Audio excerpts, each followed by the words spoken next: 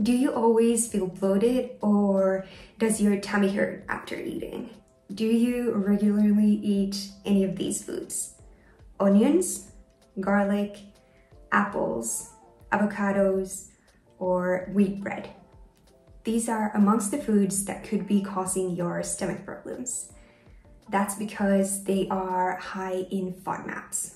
The FODMAP name comes from fermentable oligosaccharides, disaccharides, monosaccharides, and polyols. It took a while to learn that. But anyways, they are a group of dietary sugars that are poorly absorbed in the gut. A low FODMAP diet can help people who have stomach problems like bloating, gas, or irritable bowel syndrome, IBS. IBS is a group of symptoms that happen together, including abdominal pain, bloating, and changes in your bowel movements. I have IBS, and the low FODMAP diet has helped me a lot. Most people who have IBS can control their symptoms by managing their diet, lifestyle, and stress. Now, let's go to the grocery store and I'll show you what these high FODMAP foods are that can cause bloating. And I'm also going to show you with which foods you can replace them in your diet to reduce bloating. So, which foods are high in FODMAPs? Cruciferous vegetables like cauliflower, Brussels sprouts, and broccoli are high in FODMAPs. Other high FODMAP veggies include mushrooms, beetroot, garlic, and onions. Many foods are seasoned with garlic and onions, but you can replace them with low FODMAP alternatives like green tops of scallions and chives. I couldn't find it in this grocery store, but garlic infused olive oil is low FODMAP, and it's such a fun and easy way to add more flavor to your meals. I also like to use a lot of fresh or dried herbs like rosemary in my meals to add a bit more flavor. But now let's look at which fruits are high FODMAP.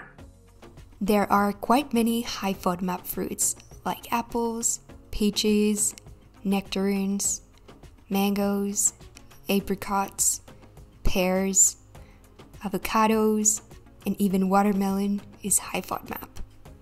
So pretty much all fruits with stones inside are high FODMAP. Small servings of some of them are low FODMAP though, but I'll tell you at the end of the video a great way to find out the exact amounts of all foods that are low FODMAP. These low FODMAP fruits shouldn't make you bloated. Unripe bananas, kiwis, pineapple, citrus fruits like oranges and mandarins. Then there are also many low FODMAP berries like blueberries. Dairy products that are high in lactose are high FODMAP. However, for example, many cheeses that don't contain much lactose are low FODMAP. Over a half a cup serving of oat milk is high FODMAP. Coconut milk is also high FODMAP in servings higher than 1/4 cup. Almond milk is a low FODMAP alternative. Wheat, barley, and rye, which are found in many breads and pastas for example, are high FODMAP. Luckily nowadays there are many gluten-free options available at grocery stores, which makes life with IBS a lot easier.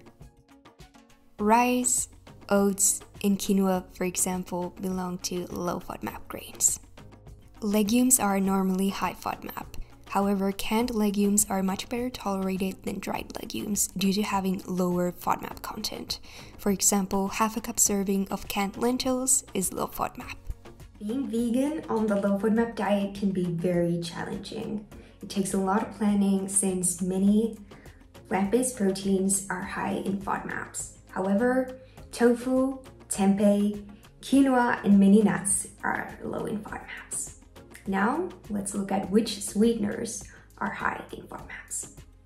Honey and coconut sugar are high FODMAP sweeteners. Also, artificial sweeteners that end in OL, for example maltitol and sorbitol, are high FODMAP. These are used to sweeten protein bars, sugar-free ice creams, and chewing gum, for example. Stevia, on the other hand, is a low FODMAP sweetener. White and brown sugar are also low FODMAP, as well as maple syrup. Drinks containing high fructose corn syrup are also high FODMAP, for example American Coke. However, in Europe, it's made with sugar. That's why it's always important to read the labels. carbonated beverages can also cause symptoms, as well as kombucha and whey protein drinks unless they are lactose-free. And lastly, the nuts that are high FODMAP are pistachios and cashews. On the other hand, walnuts, pecans, and peanuts are low FODMAP. There are even more high FODMAP foods, but those were pretty much the most common ones. The point of the low FODMAP diet is finding out the foods that trigger your symptoms and then avoiding eating them. The first part of the diet is called the elimination phase. And during that time, you replace all high FODMAP foods with low FODMAP foods. So you aren't supposed to follow the elimination phase of the diet for the rest of your life. After that comes the reintroduction phase. So you take one FODMAP at a time and increase the amount of eating it and see how your stomach reacts. This phase will take many weeks. Finally comes the FODMAP personalization phase. So you will know which foods trigger your symptoms and the ones that don't. The long list of high FODMAP foods can feel really scary, especially if you have just been diagnosed with IBS. But remember, there's still a lot of low FODMAP foods that you can eat. I've shared hundreds of low FODMAP recipes on my Instagram if you need any inspiration. I also have a recipe ebook with 100 healthy and easy IBS-friendly recipes. I'll link it to the description box. Go see a doctor specialized in gut issues if you think you might have IBS, because they can then advise you what to do next. Working with a dietitian is also a good idea because the low FODMAP diet is so complicated. There's also an app called the FODMAP app.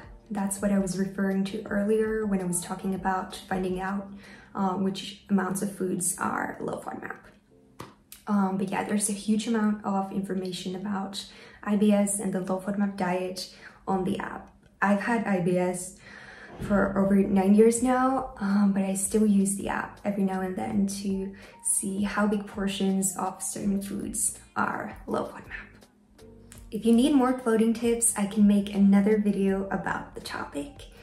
Hope you found this video helpful. Let me know in the comments if you have any questions about IBS or FODMAPs.